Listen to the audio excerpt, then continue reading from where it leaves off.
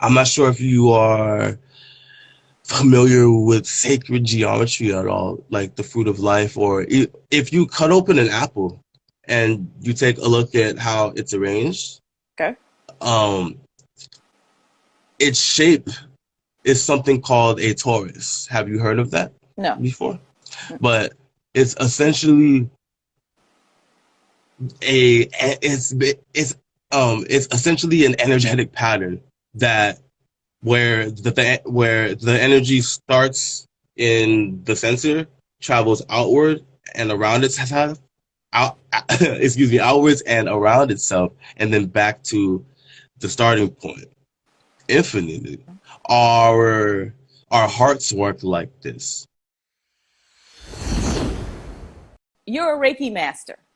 Yes, ma'am. Tell me, break it down for those of us that aren't in the field. Give it to me in layman's terms. What exactly is Reiki? That's one of my favorite questions to answer because it's always I tend to have a a tendency to overcomplicate it, but honestly, or simply put, Reiki is like a form of electromagnetic therapy using our body's aura to heal.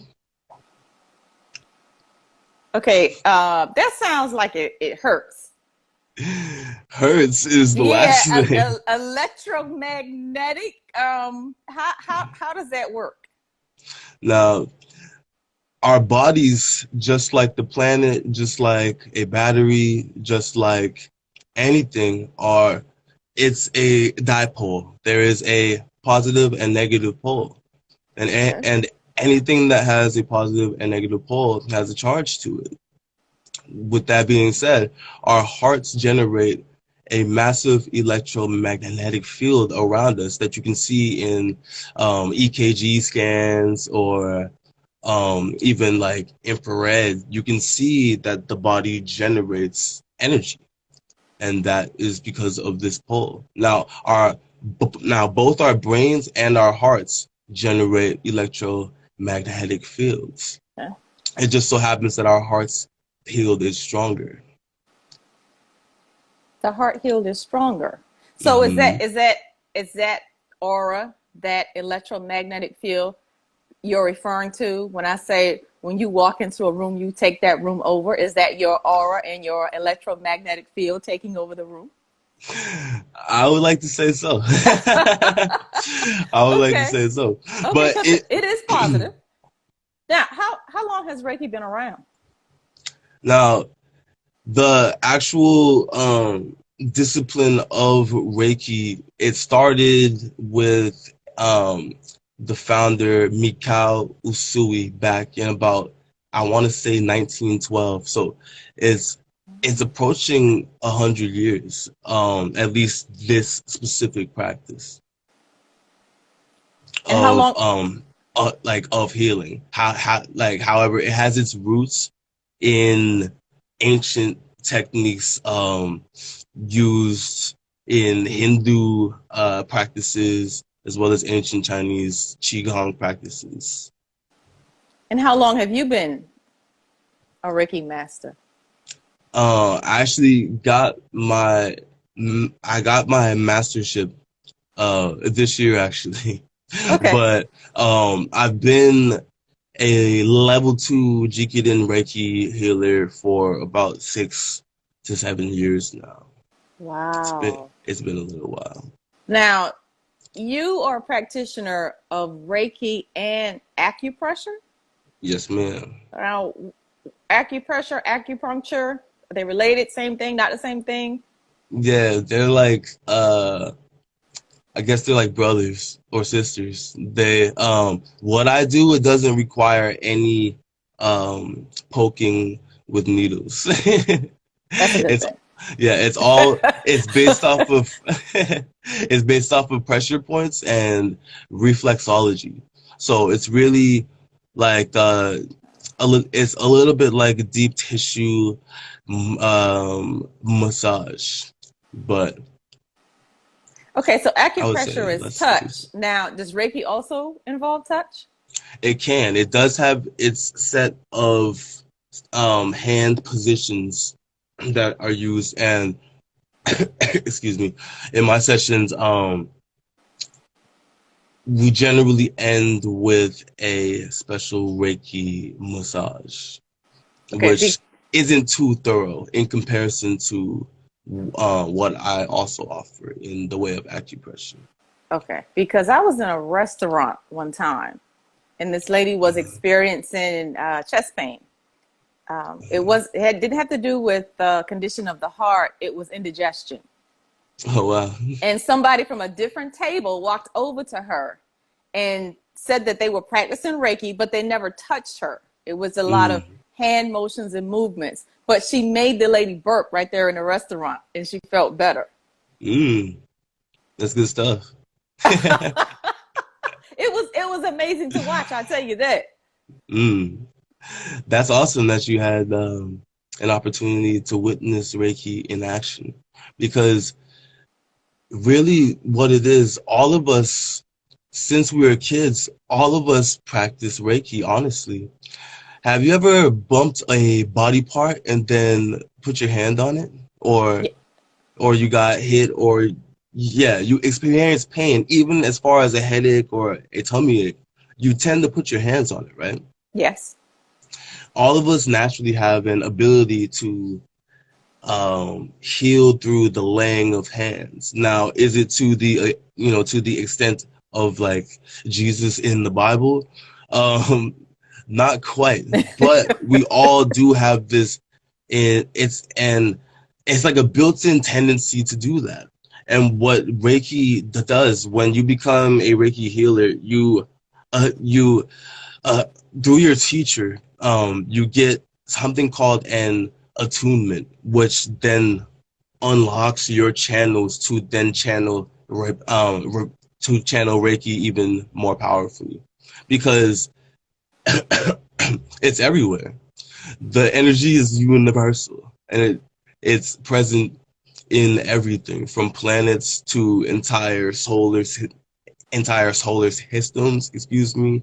Um, I'm not sure if you are familiar with sacred geometry at all, like the fruit of life, or if you cut open an apple and you take a look at how it's arranged, Okay. um, its shape is something called a torus. Have you heard of that No. before? But it's essentially a it's essentially an energetic pattern that where the energy starts in the center, travels outward and around itself, out excuse me, outwards and around itself, and then back to the starting point infinitely. Our our hearts work like this. They pump blood out and it comes back to our heart. Same with anything else, even as far as the planet. Um, the things tend to go back to where they started in this universe in terms of how the energy moves. And with that being said, the energy of Reiki works in this way. Now, I'm getting back to the lady at the restaurant with the indigestion. That whoever placed their hands on her with the intention of clearing her indigestion helped her by placing their hands over her and allowing her body to then draw in the required energy to clear that blockage, which turned out to be through a burp. Wow. What are some of the other illnesses or ailments that Reiki can help with? Me personally, I say it can help you with just about anything, because essentially, like like Reiki is not some type of magic, although it can um have some magical outcomes. I've seen tumors be cleared through the use of Reiki. I've seen, or personally, I have treated arthritis, um, which which people have had for years, And say for my Nana personally, her thumb had been bothering her for years. Okay. And so she just tended to not use it. And so I put my hands over it. And after probably 1 or 2 sessions, she forgot that her thumb had ever hurt her or that it was bothering her. Now, what exactly did you do to her thumb? Um, Like I wish I, for those of us that are not exposed and don't know, have never seen a Reiki session, uh-huh. um, like were there certain motions that you did with the thumb, or was it just over her hand? How Well, did right. Yeah, her particularly, I just placed my hands around her thumb okay. and then I let the energy flow into it. Because honestly, as a healer, I don't do anything special or particular. I'm just a channel for the energy to come through. Okay. I'm a good vibe portal. And through that, with my intention to have her be rid of this, it works off of love and like pure powerful intentions for there to be healing that takes place. It's almost, and I hate to say this, but it's not the power of placebo, but it works in a similar way in that your mind has a big influence on your world and your what you call it, physical state. You Okay. know, they Mm-hmm. often say that your body is a reflection of your subconscious mind. And so what I did with my Nana was I just placed my hands on her hands, and then I also did incorporate some acupressure where I placed energy in on particular pressure points on her thumb in order to have her muscles, cartilage, and fascia line up correctly, for like lack of a better term. Okay. Hey, layman's terms for us to understand it. That's good. That's good. Now, is it the same type of treatment for, say, arthritis? Well, what do you mean? Because you mentioned earlier that you've helped people with arthritis as well. Uh-huh. Could we also throw in, does it help with, say, diabetes? I mean, arthritis is in the muscles. Arthritis is can be affected by touch of the body.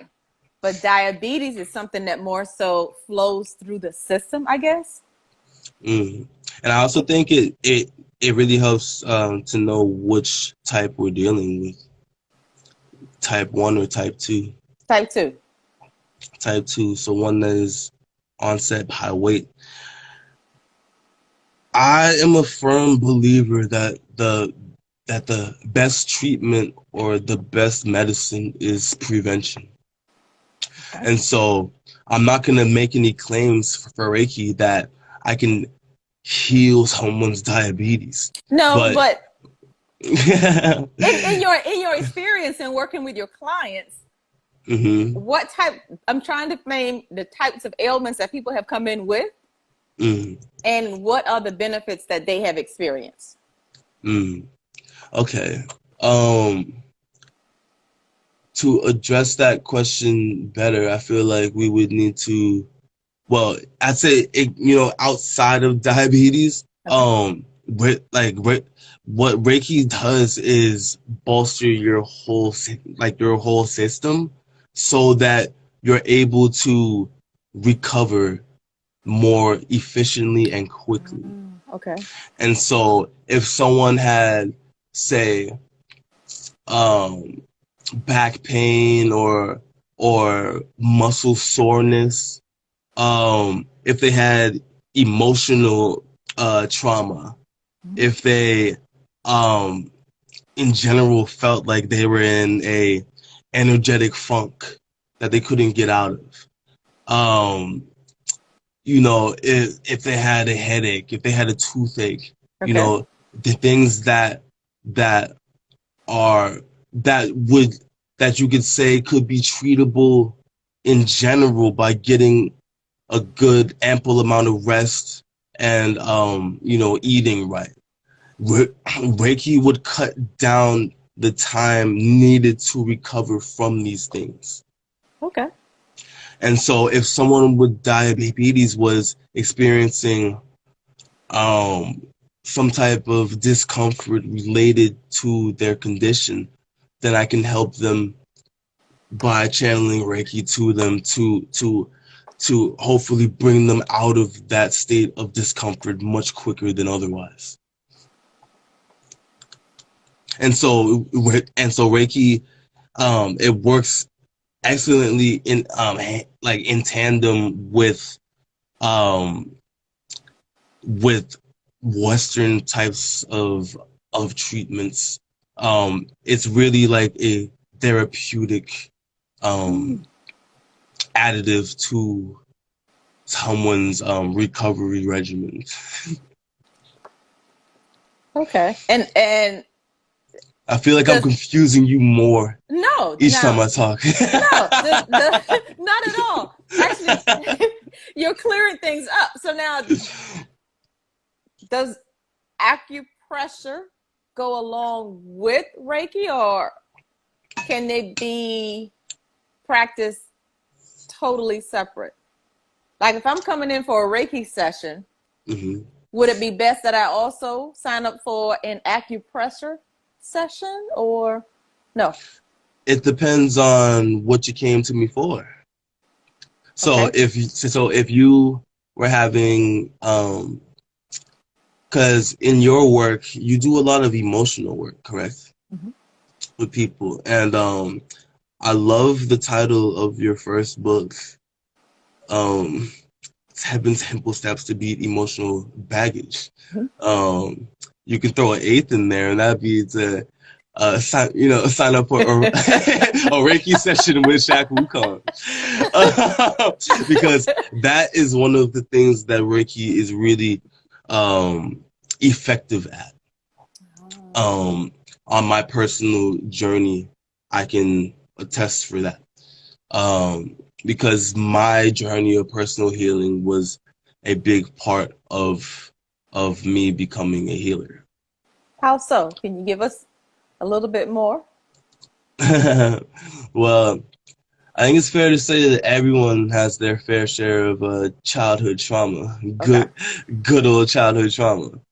And for me, I had a number of things that made my childhood particularly traumatic. I could say there would be 3 main ones. Was the fact that I was an overweight kid. Okay. I developed a speech impediment around the age of 7 or 8, or no, 6 maybe. I had a traumatic accident happen to my chin when I was young, and that's something that I had to overcome. And my father passed away when I was 10, and that was very traumatic for me. So growing up, I felt vulnerable for many reasons. Well, I mean, for those 3 reasons, I often felt vulnerable. I often felt like I was just lacking something, and that there was, something up with me. Which there's something up with us all. But me sorting out my particular mess really came through the form of energetic work, which was through Tai Chi, but not Tai Chi specifically, but really through meditation, and then specific techniques I learned through the practice of Tai Chi, and then ultimately finding Reiki and then implementing it into my life. Or after I found a teacher. Okay, so What were the changes for you? Did it help you help your thinking become clearer? Did it give you more confidence? Well, I think, you know, when you when you feel good, you do good, you know? And so, I was the kind of guy that I've always been ambitious, and I've always had, ideas on how I want to or yeah, for like things I want to do creatively or just in my life. And I always felt held back, especially by my speech impediment. Okay. Now, now I hope I'm doing well so far, right? Yes, you But are. Wonderful. Wonderful. thank you. But yeah, it, I was the kid in class that teachers kind of stopped calling on me to like read in class and stuff, or that if I had, if I ever had to give a speech or something to the whole class, like that was a nightmare, you know. Now, Okay. um, I wouldn't be the type of person to be on a Instagram live, you know what I mean? But that's something that I've grown past. I felt like the physical damage that I took to my chin, that was just a 3D shadow of the damage I took esoterically or energetically. Was that my throat chakra? I'm not sure how familiar you are with the chakra systems or anything energetic at all. Um, Very but little. Very little. okay, well, uh, I'll I'll put it like this: your body and your spine, more specifically, I'll say, if we were going to track it on a physical level, along your spine are these seven main energy centers, which equate to like different minds or modes of being that you can go into. Okay. And so, starting from the base of your spine, at the perineum, is the root chakra. Then you have the solar plexus. No, what's you have the sacral chakra. Okay. You have the solar plexus, heart, throat, brow, crown. I probably skipped one. Oh no, I didn't. But you have these main energetic points, and they all correspond to basically different parts of your personality. And so, excuse me, the throat chakra is associated with your ability to communicate and express yourself, and as well as to express your creativity, which yeah, it just comes through how you speak and also how you communicate in general. It's all going to be through done through your throat chakra, Okay. which also includes the musculature of your face too. This is all part of how we express ourselves and how we how we communicate our souls to each other, because each of us, everyone, everyone essentially is a spirit in possession of a body, Yes. which Okay. eventually expires at some point. But Yes. while we're in possession of it, we have to have a way to, express ourselves. So mine got damaged, um, at least in the physical. And so when these muscles got wrecked, so did my ability to really comfortably express myself without running into a hiccup where I would stammer. And that was like a literal blockage, like an actual energetic blockage that I cleared out through the use of acupressure mainly. Yeah, I would say I mainly use acupressure to Okay. help me deal with that. Okay. And that had to be, I guess, in your teens. Um, when I when I dealt with it. Yes, when that cleared up for you. Yeah, it was I'd say yeah, it was like in college was when I really attacked it. Really? Uh-huh. So was that a point of clarity for you as far as life is concerned, and not just with the clearing of those ailments that you had? Because to go from GW and a major in public health to Reiki and MMA master, I mean, all of those things require a lot of discipline. For sure. So, how did we go from public health major to Reiki master? How did we go to it logically or like chronologically, like how did it happen? Whichever you whichever you want to give, and then I'll pick from there. Well, to be honest, I really look at it as a natural progression.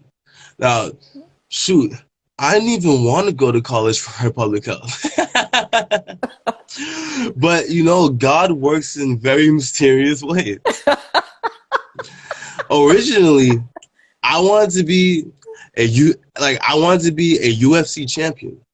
I wanted to be a mixed martial artist. Okay. That's what I really wanted to be. Okay. But I always told myself, you know, yeah, if school doesn't work out, then I'm gonna go and fight mixed martial arts. well, well, that's not the way that things went. You know what I mean?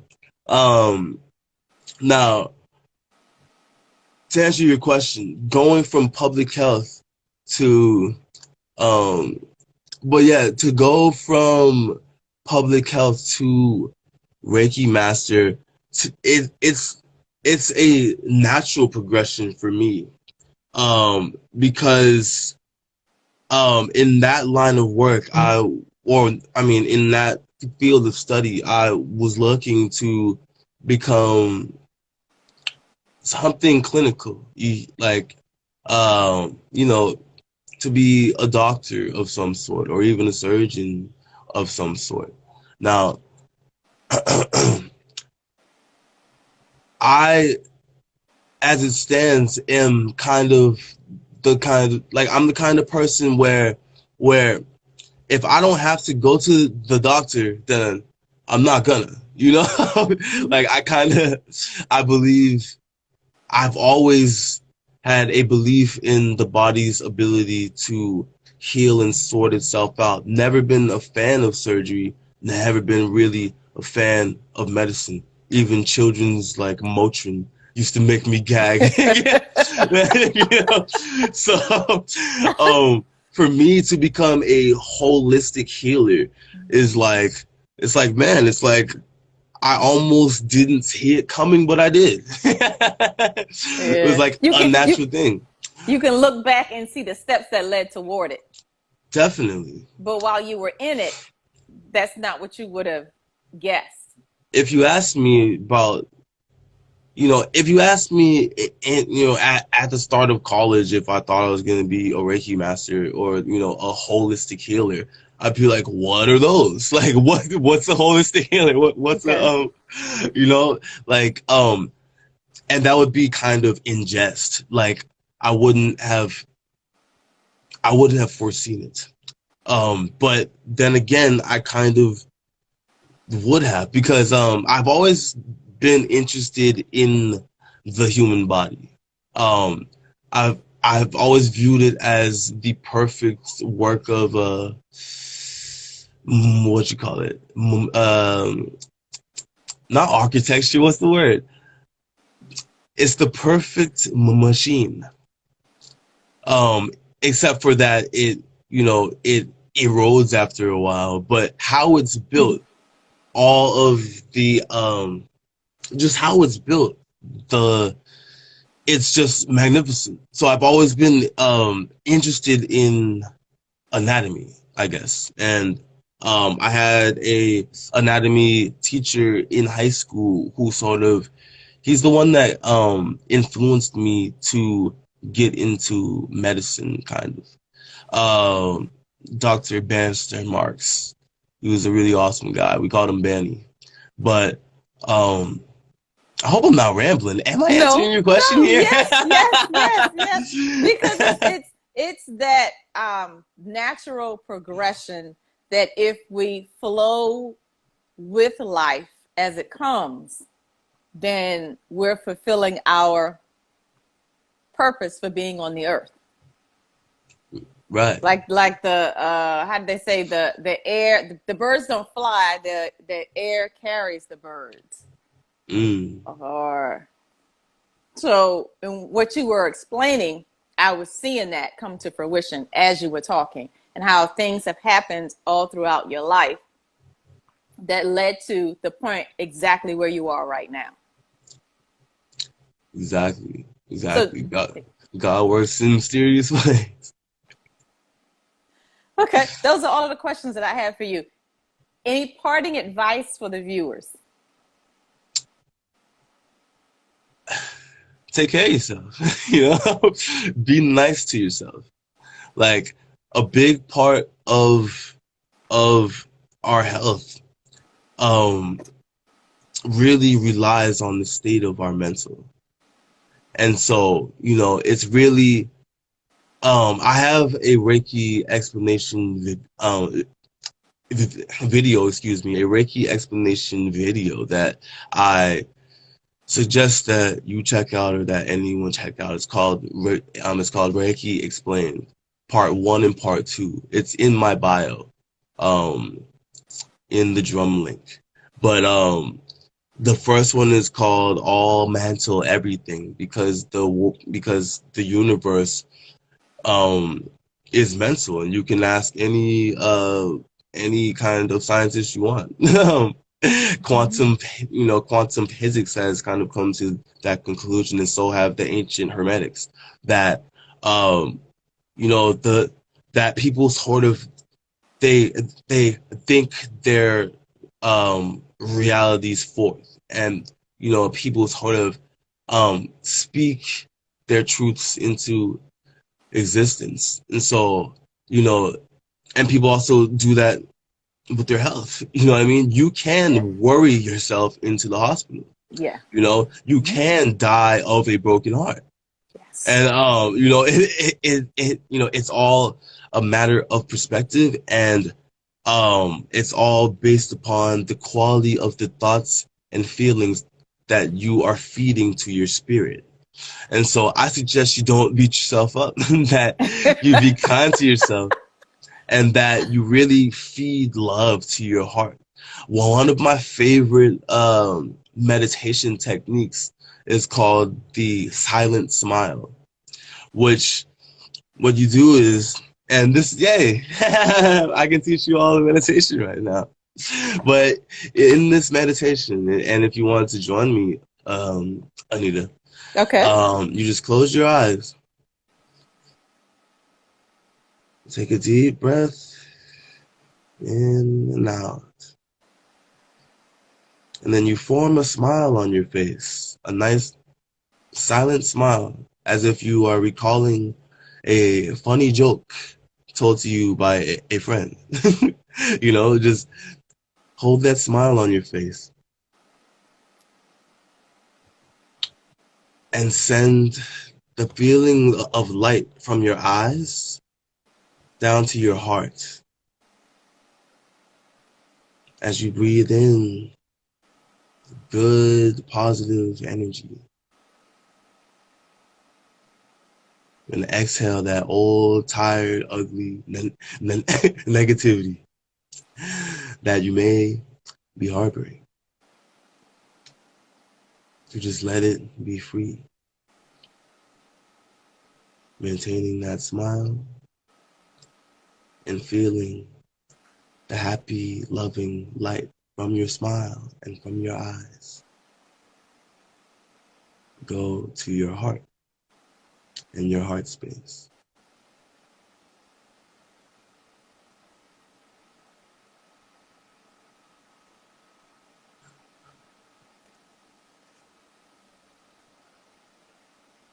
And, you know, just holding that smile on your face Mm-hmm. as you meditate, um, it really can do something for your mood. You know, in the long run. One of my favorite things to do is smile, which Yeah. you know, I can't I We can't know. help it. But yeah, you know, it's not only good for you, but it's good for others. You know. So how has discipline helped you get to this point in your life? Um, how hasn't it helped me get to this point in my life? I feel like without discipline, you can't even get out of bed. You know what I'm saying? So, you know, being able to have discipline in itself, I think, is a skill to be, you know, disciplined. But for me, I've always gravitated towards Eastern types of arts and types of doing things, even foods, movies, you know, and entertainment. I really like Eastern type stuff. And within those kinds of things, you will find a lot of structure naturally and sort of and like emphasis Mm-hmm. on discipline and sort of doing what you're told or doing what's right over what you want, so to speak, Okay. or Okay. All or what you think. So honestly, my love and pursuit of martial arts um has sort of led me to this path because you know, as a mixed martial artist, I did a bang up job of banging myself up and getting banged up. You know what I mean? uh-huh. Uh-huh. Getting injured. Yeah. So when you get injured a lot, you kind of end up um, being set on a path to look for ways to heal, whether Yeah. you like it or Yeah. not. Yeah, because in order to stop the hit from coming the next time, you have to feel it come the first time.